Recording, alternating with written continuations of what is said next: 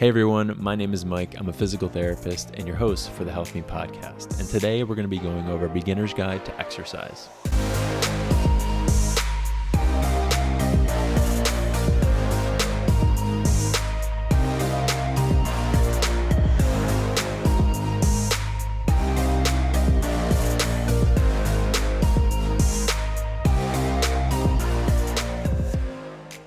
During this week's podcast, we are going over a beginner's guide to starting a new exercise routine. Summer is right around the corner, and let's be honest, some of us are still in peak COVID form. No shame in that at all. I'm just here to help and give you some advice if you're deciding now is the time to get started. Additionally, if you could smash that like button and support or share with your friends, I would greatly appreciate it. Without further ado, here's my beginner's guide to exercise. First on the top of the list is to start with light weight. If there isn't one thing I can't stress enough throughout this whole video, it is to start with light weight. Whatever you think your max effort is for a certain exercise, I want you to take off 10 pounds and then maybe consider take off another 5 to 10 pounds for good measure. This reason is twofold. One being, for the first time you get into a workout routine, you don't want to make yourself so sore that you can't get up from the toilet the next day. And then second, starting with lighter weight will reduce your risk for injury just based on the factor form for many lifts more than likely won't be ideal. Adding extra weight to that motion you call a squat probably isn't a great idea. This brings me to tip number 2, which is to have correct form. Even to this day, I see many advanced lifters do the little things wrong, but as an early lifter, it's important for you to understand this concept and practice the movement safely and efficiently. And the reason I say this for those who aren't coaches or physical therapists out there is because people come in millions of different shapes and sizes. And for me to say there's an ideal form for everybody would just be straight up wrong. But much like there is no ideal way to drive a car, there's definitely a wrong way to drive a car.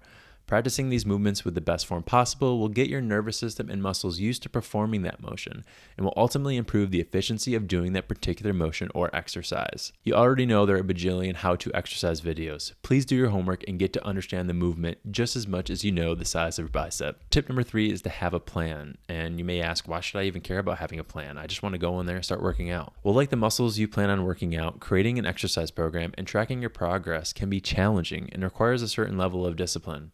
So as you work out your actual muscles, I want you to work out your habit muscles and become familiar with tracking your progress. So as you continue to train, it no longer becomes a chore to track your workouts. Additionally, it's a good idea to plan out the day you plan to work out and what muscle group you're going to be working out that day as well.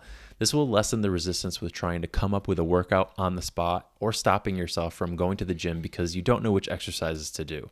Eliminate these excuses with the right plan and you'll be ready to go. Tip number 4 is to start with higher rep ranges, and generally I think 10 to 15 is always a good starting point. I have always believed starting with higher repetitions as a foundation to your beginner exercise program will set you up for success long term. The reason why is 2 parts. Starting with higher reps will allow you to get familiar with muscle fatigue and the burning sensation associated with working out. An important part of becoming a better lifter is actually getting familiar with this sensation and overcoming it to push out more reps and understand when you have one more left in the tank when you're working out with heavier weight.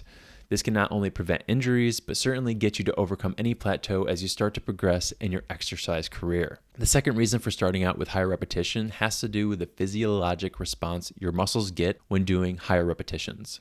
Like we discussed before, higher repetitions often lead to what's called a muscle pump or a burning sensation in your muscles. There are many things happening in your muscles at this time. However, the biggest contributor to the pump is the increase in blood flow and increase in nervous system activation of the desired muscle group. As you start to get better at pumping up and using the main muscle for a particular workout, your body will become better at shunting or directing blood and increase nervous system recruitment to that area when you work out that muscle again.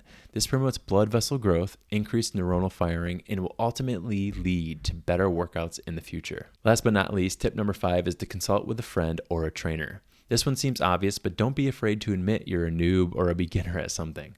Seriously, I've been guilty of this myself, thinking I don't need help from anyone or believing because of my background I have all of the answers. This is not the case, and the best thing I've done for myself is getting someone else to train me. It shed light into many other forms of training and really highlighted what I was doing wrong for years in my own programming. Also, a little caveat with this tip, don't go to the biggest guy in the gym or go to your friend who's been training for many years beyond what you have done. Most of it will be above your head anyway, and it may not be the right advice for you. I recommend finding someone who may have a training age 2 to 3 years more than you, that you can imagine yourself being like, and ask for their advice. It'll be closer to where you're at in your training career, and more than likely will bring you to where you want to go. Remember, exercise and exercise programming is a life skill. Even those who have trained some of the best athletes in the world continue to push themselves to innovate and learn how to optimize human performance. I hope this video is helpful for you in your endeavors to become successful in exercise and fitness. And if you have any questions regarding the video, put them in the comments or message me on Instagram. Be sure to subscribe, and thanks for watching.